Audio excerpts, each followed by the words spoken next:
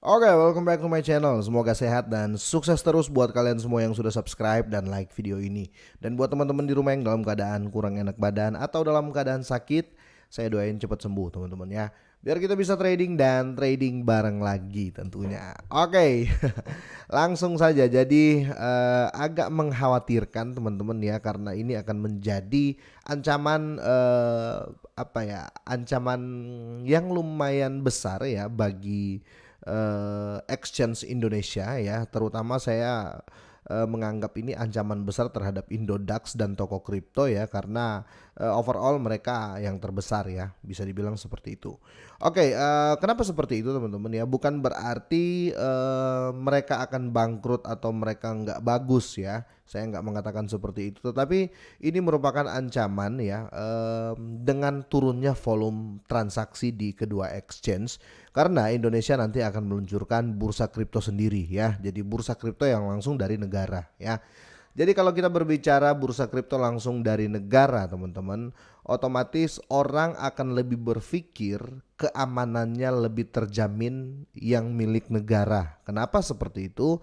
Karena real 100% negara bertanggung jawab ketika terjadi crash atau terjadi apa-apa ya. Jadi itu kenapa saya angkat berita ini teman-teman ya, karena bisa dibilang ya ini ancaman gitu loh ya kan. Saya pun nggak menutup kemungkinan ya ketika ketika Indonesia, ketika negara melaunching exchange-nya mereka ya, saya nggak menutup kemungkinan bakal pindah ke exchange yang milik negara gitu loh ya kan. Otomatis lebih jelas ya, kalau mau hilang uang saya di sana silakan hilang ya, negara kok yang ganti ya kan. Kasarnya seperti itu dan itu masuk akal teman-teman ya, itu masuk akal. Tetapi kembali lagi ya, exchange negara ini bisa mereka akan melisting koin-koin meme favorit saya apa enggak gitu loh ya. Jadi mungkin akan ada sebagian yang pindah ke exchange yang nanti akan di launching oleh Indonesia. Mungkin sebagian juga akan tetap bertahan di exchange lain yang menyediakan micin ya. Tapi yang paling bahaya dalam arti positif ya, kalau seandainya Indonesia melaunching ya exchange negara ya, terus melisting koin-koin meme juga ya, seperti mungkin daftar yang ada di apa namanya Indodax, ada di Indonesia Exchange ya, daftar yang ada di Bybit, sorry di Hotbit ya, mungkin ada di exchange negara ataupun yang ada di MXC ya, ada di exchange negara. Nah, itu bahaya banget teman-teman ya. Orang-orang bisa pindah, orang Indonesia khususnya bisa langsung pindah semua aset ke exchange negara ini teman-teman ya. Biar nggak panjang lebar kita langsung bahas ya. Ini bahaya loh, bahaya dalam arti positif ya. Terancam lah untuk Indodax ya, tapi bukan berarti akan scam dan lain-lain, enggak lah. Oke, di sini Indonesia berencana untuk meluncurkan crypto exchange pada tahun 2023 untuk mereformasi sektor keuangan akan melihat perubahan regulasi aset digital yang akan jatuh ke tangan Komisi Jasa Keuangan. Jadi resmi langsung ke negara gitu loh. Jadi aman lah ya. Didit Nurdiatomo ya, sorry. Didit Nurdiatmogo ya, Kepala Badan Pengawas Perdagangan Berjangka Komoditas atau Bapepti teman-teman. Ini salah tulis, ini bukan Popepti ya, Bapepti telah mengindikasikan bahwa pemerintah akan menyiapkan bursa sebelum otoritas jasa keuangan mengambil alih pengawasan kripto dari Badan Komoditi ya, atau Badan Komoditas. Ya, karena OJK ini teman-teman berbeda teman-teman ya, berbeda kira-kira seperti itu. Untuk saat ini cryptocurrency akan diperdagangkan bersama komoditas ya, berarti akan digabung nanti sama saham ya, dalam kontrak yang dikelola oleh Bapepti ya, Bapepti Indonesia. Perlu dicatat bahwa rencana peluncuran pertukaran kripto atau exchange kripto ya dari pemerintah ini telah ditunda beberapa kali ya dalam beberapa tahun terakhir. Platform ini awalnya direncanakan untuk tahun 2021 ya. Sebenarnya rencana ini teman-teman di 2021, tetapi tenggat waktu diundur beberapa kali karena masalah operasi yang tidak terduga ya. Jadi ini sudah wacana lama teman-teman, 2023 akan launching ya. Wakil Sekretaris Perdagangan Jerry Sambuka ya mengatakan September lalu bahwa mereka berharap untuk meluncurkan pertukaran pada akhir 2022. Kami akan memastikan bahwa setiap prosedur yang diperlukan tersedia dan setiap tindakan yang diperlukan diambil katanya ya.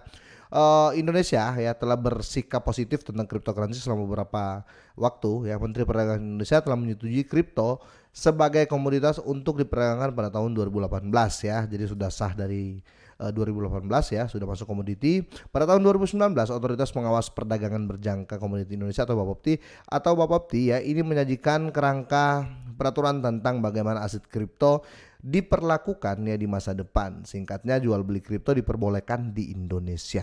Namun ini hanya berlaku untuk tujuan investasi. Jumlah investor kripto Indonesia juga terus meningkat ya.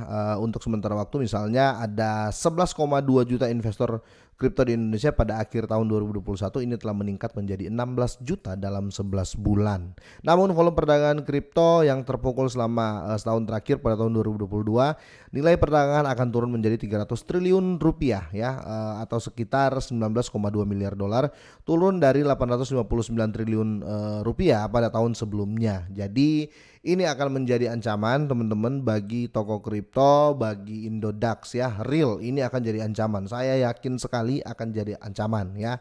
Tetapi bukan ancaman dalam arti ketika exchange-nya Indonesia di launching terus langsung kosong pengguna Indodax atau kosong pengguna toko kripto, nggak seperti itu juga kali. Tetapi otomatis volume akan terganggu ya, karena semakin banyak pasar ya, pembeli atau investor pasti pecah ya, otomatis akan ada ya, akan banyak yang akan pindah ke exchange Indonesia ini, exchange negara ini. Tapi sekali lagi tergantung juga token atau koin yang mereka listing di exchange-nya negara nanti. Kalau mereka melisting hanya Bitcoin, Ethereum dan BNB, saya rasa ya biasa saja, nggak akan terlalu berdampak gitu loh. Tetapi jika exchange Indonesia ini melisting daftar listing yang ada di Hotbit misalnya ya, daftar listing yang ada di MXC, daftar listing yang ada di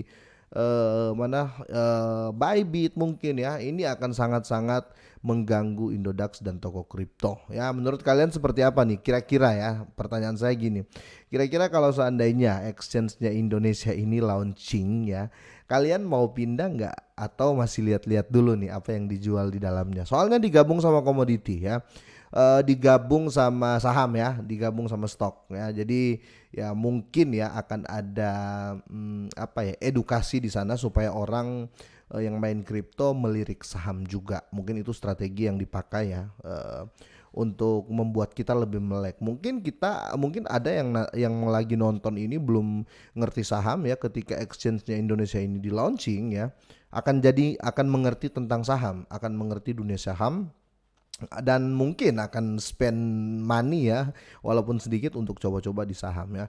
Karena nanti seperti yang dibilang tadi ya, ini akan digabung sama komoditi teman-teman ya. Jadi ya pasti digabung lah ya, pasti ada saham di dalamnya, kira-kira seperti itu. Jadi banyak sekali ancaman, tapi intinya ini ancaman persaingan, bukan ancaman scam ya. Siapa yang rame terus yang sepi jadi scam, nggak mungkin seperti itu teman-teman. Tapi tetap akan berefek ya. Tapi sekali lagi, aset apa yang di listing dulu. Oke, semoga sehat dan sukses selalu buat kalian semua. Sampai di sini dulu teman-teman.